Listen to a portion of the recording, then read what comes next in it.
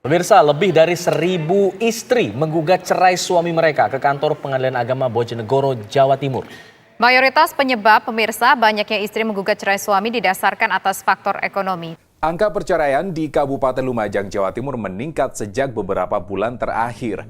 Penyebab perceraian didominasi ekonomi keluarga yang semakin terpuruk di masa pandemi.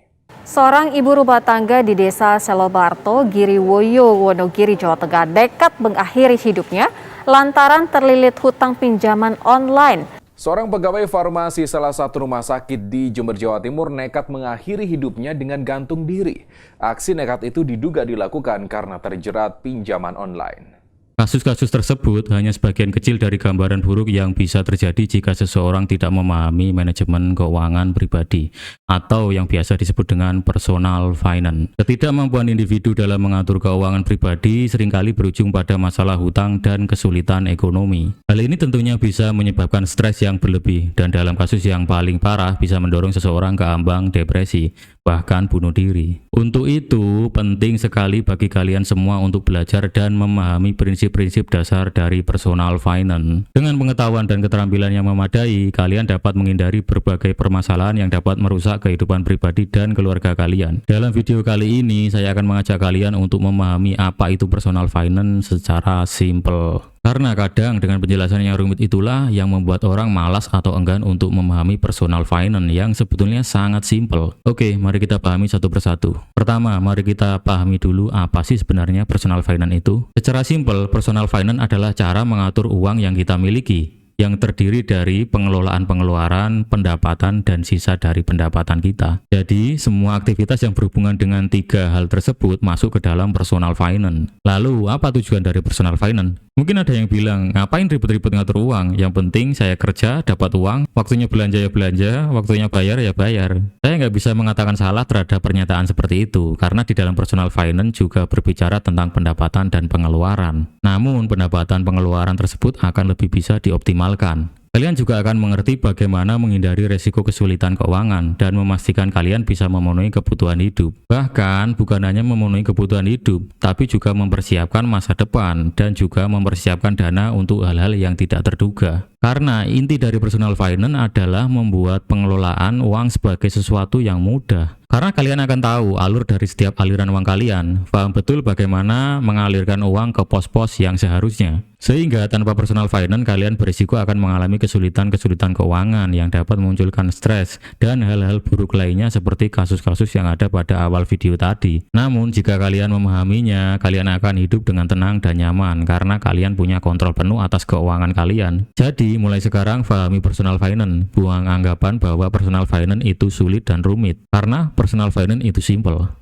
Tidak sama dengan penjelasan-penjelasan yang ada di media literasi keuangan selama ini, sebenarnya dasar dari personal finance itu hanya ada tiga. Pertama adalah pengelolaan pengeluaran, kedua adalah pengelolaan pendapatan, dan ketiga adalah pengelolaan free cash flow atau sisa dari pendapatan kalian. Apa hanya itu? Iya, hanya itu saja. Selebihnya adalah breakdown atau turunan dari ketiga hal itu. Oke, mari kita sedikit jelaskan tentang ketiga hal itu, dan nanti kita akan breakdown lagi dengan pembahasan yang lebih detail. Pertama, kita bicara tentang pengelolaan pengeluaran.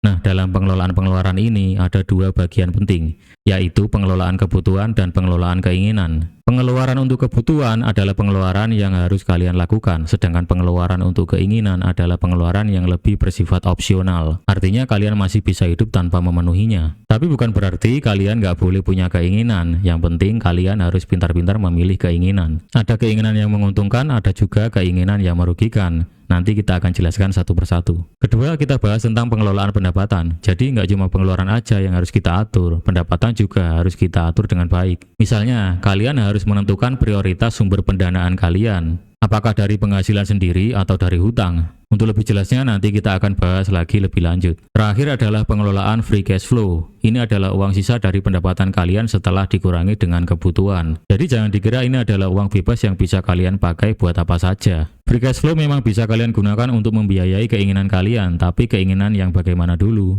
Dan free cash flow juga bisa kalian gunakan untuk memperkuat uang cadangan atau bahkan untuk menambah investasi. Untuk lebih jelasnya nanti kita akan bahas satu persatu. Jadi dasar-dasar dalam personal finance itu sebenarnya simpel sekali. Gak ada alasan buat kalian untuk tidak memahaminya. Sebaiknya kesampingkan dulu bayangan-bayangan kalian tentang catatan-catatan keuangan yang rumit. Pahami dulu ketiga dasar ini agar kalian nggak terburu-buru enggan untuk belajar. Mari kita bahas lebih detail tentang pengelolaan pengeluaran, khususnya tentang pengelolaan kebutuhan. Pertama-tama, kalian harus paham dulu bahwa kebutuhan itu ada bermacam-macam jenisnya. Namun di sini saya mengklasifikasikan kebutuhan-kebutuhan tersebut menjadi 3 macam. Yang pertama adalah kebutuhan sekarang, lalu kebutuhan tak terduga, dan yang terakhir kebutuhan yang akan datang. Oke, mari kita bahas kebutuhan yang pertama, yaitu kebutuhan sekarang. Nah, kebutuhan sekarang adalah kebutuhan yang pemenuhannya nggak bisa kalian tunda lagi. Misalnya makan, kalian nggak bisa tunda-tunda makan, karena kalau ditunda, ya kalian akan kelaparan. Contoh lainnya adalah biaya listrik, air, sewa tempat tinggal, ini juga nggak bisa ditunda. Nah, pertanyaannya adalah bagaimana cara mengelola kebutuhan sekarang? Dalam mengelola kebutuhan sekarang, ada 4 langkah penting yang bisa kalian lakukan. Langkah pertama adalah memilah antara kebutuhan dan keinginan. Misalnya, makan adalah kebutuhan, tetapi makan di restoran mewah adalah keinginan.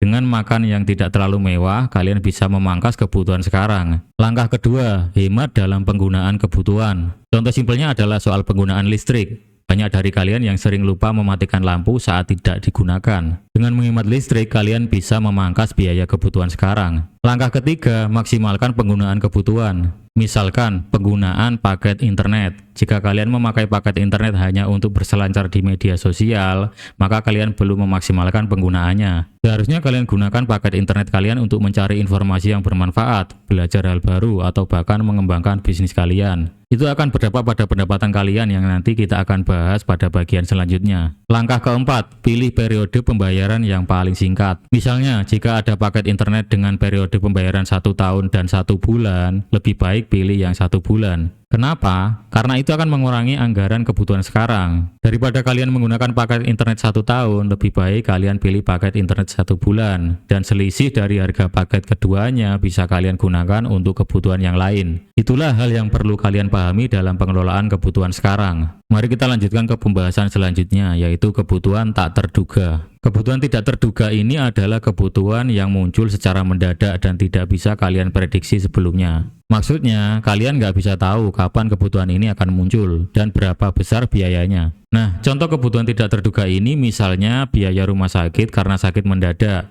biaya perbaikan mobil yang mogok, atau bisa juga biaya ganti gadget yang tiba-tiba rusak. Jadi, gimana cara mengelola kebutuhan tidak terduga ini? Ada 2 langkah yang bisa kalian lakukan. Langkah pertama adalah dengan membuat dana darurat. Dana darurat ini adalah uang yang kalian sisihkan secara khusus untuk mengantisipasi kebutuhan yang tidak terduga. Namun pertanyaannya adalah, kira-kira berapa besarnya dana darurat yang harus kalian siapkan? Nah, untuk besaran dana darurat, ada yang menyarankan 3 atau 6 kali kebutuhan bulanan. Namun di sini saya tidak menyarankan metode tersebut karena saya belum menemukan alasan yang masuk akal tentang pernyataan tersebut. Di sini saya menyarankan agar besarnya dana darurat adalah sesuai dengan berapa lama dulu kalian menganggur sebelum kalian mendapatkan pekerjaan yang sekarang menghidupi kalian. Jika dulu kalian menganggur selama setahun, maka kalian harus mengalihkan kebutuhan bulanan kalian dengan 12 kali. Sehingga jika terjadi PHK pada kalian atau jika terjadi kebangkrutan pada bisnis kalian, kalian bisa bertahan. Sambil mengulangi lagi langkah yang sama seperti dulu waktu kalian menganggur untuk mencari sumber pendapatan baru. Langkah kedua yang bisa kalian lakukan adalah memanfaatkan asuransi, misalnya asuransi kesehatan. Asuransi kesehatan ini sangat penting karena biaya kesehatan saat ini bisa sangat tinggi. Jadi, kalau kalian atau anggota keluarga kalian sakit, kalian tidak perlu khawatir dengan biaya pengobatannya. Kalian bisa fokus pada proses penyembuhan tanpa harus pusing memikirkan biaya. Itulah hal-hal yang perlu kalian pahami dalam mengelola kebutuhan tidak terduga.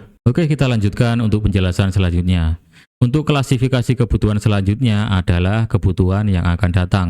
Kebutuhan ini adalah hal-hal yang kalian perlukan di masa depan. Tapi pemenuhannya bisa kalian persiapkan dari sekarang dengan cara menabungnya sedikit demi sedikit atau bisa juga dengan investasi. Contoh dari kebutuhan yang akan datang adalah kebutuhan pendidikan atau kuliah anak yang biasanya membutuhkan dana dengan nominal yang cukup besar. Kalian bisa mempersiapkannya dari sekarang. Contoh kebutuhan yang akan datang lainnya adalah dana pensiun. Kalian harus sadar bahwa ada saatnya nanti kalian tidak mampu bekerja lagi karena usia sudah tua dan tenaga sudah lemah. Maka dari itu, kalian perlu mempersiapkan dana untuk saat-saat seperti itu agar kalian bisa tetap memenuhi kebutuhan kalian. Lalu bagaimana cara kita untuk mengelola kebutuhan yang akan datang ini? Ada 3 langkah yang bisa kalian lakukan. Langkah pertama adalah menentukan besarnya dana. Tentukan dulu berapa banyak dana yang kalian butuhkan untuk memenuhi kebutuhan yang akan datang. Misalnya, berapa biaya pendidikan anak kalian nanti, atau berapa dana yang kalian butuhkan untuk hidup layak saat pensiun. Langkah kedua, kalian harus menabung atau berinvestasi. Menabung mungkin cara yang paling umum dan mudah. Namun, nilai uang kalian bisa tergerus oleh inflasi jika kalian hanya menabung. Oleh karena itu, berinvestasi bisa menjadi pilihan yang baik. Dengan berinvestasi, kalian tidak hanya menyimpan uang, tapi juga membuatnya tumbuh. Langkah ketiga, pastikan kalian konsisten. Kalian tidak bisa hanya menabung atau berinvestasi sekali saja, lalu berharap semua kebutuhan kalian terpenuhi. Kalian harus konsisten menabung atau berinvestasi sepanjang waktu. Itulah hal-hal yang perlu kalian pahami dalam mengelola kebutuhan yang akan datang.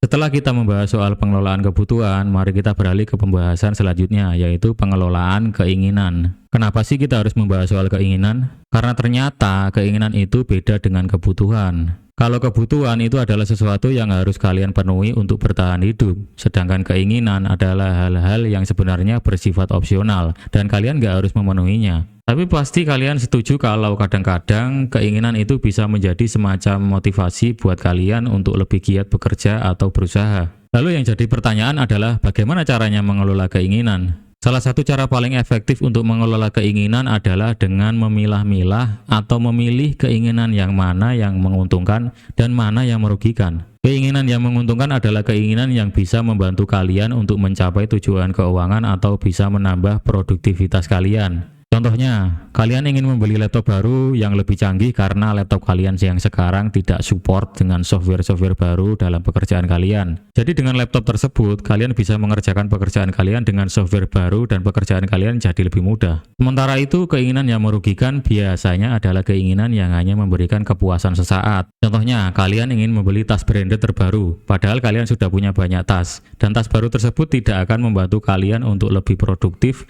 atau mencapai tujuan keuangan kalian. Karena fungsi tas branded atau tidak, itu adalah sama, yaitu membawa barang. Dengan memilah-milah keinginan seperti ini, kalian bisa memutuskan mana yang harus kalian prioritaskan dan mana yang harus kalian tunda atau bahkan kalian abaikan. Ingat, pengelolaan keuangan itu bukan tentang meniadakan semua keinginan, tapi lebih kepada bagaimana cara kalian mengontrol keinginan tersebut agar tetap dalam koridor yang sehat dan tidak mengganggu tujuan keuangan kalian. Oke, pembahasan selanjutnya adalah pengelolaan sumber pendanaan. Nah, dalam pengelolaan sumber pendanaan, kalian harus tahu dulu bahwa sumber pendanaan itu ada 2. Pertama dari penghasilan sendiri, kedua dari hutang. Oke, kita jelaskan dulu apa itu penghasilan sendiri. Penghasilan sendiri artinya adalah uang yang kalian hasilkan dari kerja keras kalian. Entah itu sebagai karyawan, wira swasta, atau hasil dari investasi kalian. Lalu bagaimana caranya kalian bisa memaksimalkan pendanaan dari penghasilan sendiri? Nah, kalau soal memaksimalkan pendanaan dari penghasilan sendiri, tergantung bagaimana cara kalian menghasilkan uang. Pertama, jika kalian adalah karyawan, cara paling efektif untuk memaksimalkan penghasilan adalah dengan berkinerja sebaik mungkin di tempat kerja. Kalau kalian bisa memberikan kontribusi yang signifikan, bisa jadi kalian akan mendapatkan promosi atau kenaikan gaji yang bisa menambah penghasilan kalian. Jadi nggak boleh males-malesan, tunjukkan bahwa kalian adalah aset berharga bagi perusahaan kalian. Kedua, jika kalian adalah wira swasta atau punya bisnis sendiri, cara untuk memaksimalkan pendapatan adalah dengan mengelola bisnis kalian sebaik mungkin. Jangan ragu untuk belajar dari pengalaman dan terus melakukan inovasi. Ingat, dunia bisnis itu dinamis, jadi kalian harus selalu bergerak dan beradaptasi dengan perubahan. Semakin baik kalian mengelola bisnis, semakin besar pula pendapatan yang bisa kalian dapatkan. Ketiga, jika kalian adalah investor, kalian harus pintar-pintar memilih investasi yang paling optimal, yang risikonya bisa kalian terima dan keuntungannya sesuai dengan harapan kalian. Ada banyak sekali jenis investasi, mulai dari deposito, saham, reksadana, hingga properti. Pilihlah yang paling sesuai dengan profil risiko dan tujuan keuangan kalian. Jadi kuncinya di sini adalah proaktif dan jangan pernah berhenti belajar. Semakin kalian memahami cara kerja di dunia kerja, dunia bisnis, dan dunia investasi, maka semakin kalian bisa memaksimalkan penghasilan. Oke, kita lanjutkan pembahasan selanjutnya, yaitu pendanaan dari hutang. Pendanaan dari hutang adalah dana yang kalian peroleh dari pihak lain, bisa dari bank, koperasi, fintech, atau bahkan dari orang terdekat kalian. Nah, yang harus kalian ingat, hutang ini nantinya harus kalian kembalikan, biasanya plus bunga. Oleh karena itu, dalam mengambil hutang, kalian harus berpikir matang-matang dan cermat. Hutang harus kalian kelola sebaik mungkin, boleh berhutang asal keperuntukannya benar. Jadi bagaimana cara mengelola hutang? Di sini ada 2 langkah yang bisa kalian lakukan. Langkah pertama, cobalah untuk mengambil hutang yang produktif. Hutang produktif ini adalah hutang yang bisa kalian gunakan untuk menghasilkan pendapatan atau memperbanyak aset kalian. Misalnya, kalian ambil hutang untuk membeli mesin produksi untuk bisnis makanan, atau hutang untuk investasi properti yang nantinya bisa kalian sewakan. Dan ini mungkin poin yang paling penting. Hasil dari pengelolaan hutang harus bisa melebihi bunga hutang kalian. Jadi nanti ketika kalian harus membayar hutang plus bunga, hasil dari hutang bisa mengcover atau melunasi itu semua dan masih terdapat kelebihan yang bisa menjadi tambahan penghasilan. Untuk langkah kedua, yaitu hindari atau minimalisir hutang konsumtif. Hutang konsumtif ini maksudnya adalah hutang yang kalian gunakan untuk memenuhi keinginan kalian, seperti membeli gadget baru atau jalan-jalan. Nah, hutang jenis ini tidak akan menambah aset atau penghasilan kalian. Malah bisa jadi mengurangi aset kalian, sebab hutang tersebut tidak menghasilkan apa-apa. Artinya, hutang tersebut beresiko untuk tidak terbayar dan ujungnya adalah penyitaan aset yang kalian jaminkan pada pihak pemberi hutang. Hutang itu sebenarnya nggak terlalu buruk, yang penting kalian harus pintar dan bijaksana dalam mengelolanya. Selalu ingat tujuan utama kalian, yaitu mencapai kesejahteraan keuangan. Jangan sampai hutang menjadi batu sandungan bagi kalian. Ingat, kalian harus menguasai hutang, bukan sebaliknya. Oke, kita lanjutkan pembahasan selanjutnya, yaitu pengelolaan free cash flow. Pengelolaan free cash flow seringkali terabaikan dalam pembahasan personal finance yang ada di media-media saat ini. Tapi sebenarnya ini cukup penting untuk dibahas. Kenapa seperti itu? Mari kita bahas lebih lanjut. Pertama-tama kita harus tahu dulu apa itu free cash flow. Dalam bahasa gampangnya, free cash flow adalah uang bebas kalian. Ini adalah uang sisa yang kalian punya setelah kalian memenuhi semua kebutuhan kalian. Jadi misalnya gaji bulanan kalian 10 juta, kebutuhan bulanan kalian 7 juta. Berarti free cash flow kalian adalah 3 juta. Ini adalah uang yang bisa kalian gunakan dengan lebih bebas. Tapi jangan lupa, lebih bebas bukan berarti bebas tanpa batas. Jadi kalian harus tetap mengelolanya. Lalu pertanyaannya, bagaimana cara mengelola free cash flow? Yang jelas kalian harus bisa mengalokasikan free cash flow ini dengan bijaksana. Ada 3 alternatif dalam mengalokasikan free cash flow ini. Alternatif pertama, gunakan free cash flow untuk mendanai keinginan kalian. Dalam pembahasan di awal tadi kita sudah memisahkan antara kebutuhan dan keinginan. Nah, dengan free cash flow ini kalian bisa mendanai keinginan kalian. Alternatif kedua, alokasikan free cash flow untuk hal yang produktif. Bisa untuk menambah modal pada bisnis, bisa untuk investasi, atau apapun yang sifatnya menambah nilai pada dana tersebut. Nah, alokasi ini bisa kalian pilih ketika kalian masih memiliki hutang. Karena jika kalian masih memiliki hutang, maka tidak sepatutnya kita menggunakan dana yang kita miliki untuk kebutuhan konsumtif. Alternatif ketiga, alokasi free cash flow untuk memperkuat dana cadangan. Jika kalian merasa pekerjaan kalian yang sekarang ini sangat beresiko, atau mungkin mohon maaf jika kalian mengidap penyakit tertentu, maka kebijakan yang tepat untuk alokasi free cash flow ini adalah memperkuat dana cadangan. Dengan harapan nantinya dana ini bisa kalian gunakan untuk mengcover atau mendanai kebutuhan darurat kalian jika sewaktu-waktu kalian kehilangan pekerjaan, atau mungkin harus menjalani pengobatan penyakit dengan biaya yang mahal. Sebenarnya dalam pengelolaan free cash flow ini kembali lagi ke kebutuhan dan prioritas masing-masing individu. Tapi yang paling penting adalah kalian harus bijak dalam mengelolanya. Nah, demikian penjelasan tentang personal finance. Sebagai penutup, saya ingin mengatakan bahwa pemahaman terhadap personal finance merupakan kunci awal menuju kesejahteraan finansial. Semoga setelah memahami materi tadi, kalian semakin menyadari bahwa setiap keputusan finansial yang kalian ambil, tidak peduli seberapa kecilnya, memiliki dampak dalam hidup kalian. Personal finance bukanlah suatu ilmu yang sulit dipahami, bahkan personal finance itu sangat simpel. Tapi personal finance memerlukan kedisiplinan dan komitmen. Terima kasih sudah menonton video ini sampai habis, sampai jumpa di video berikutnya.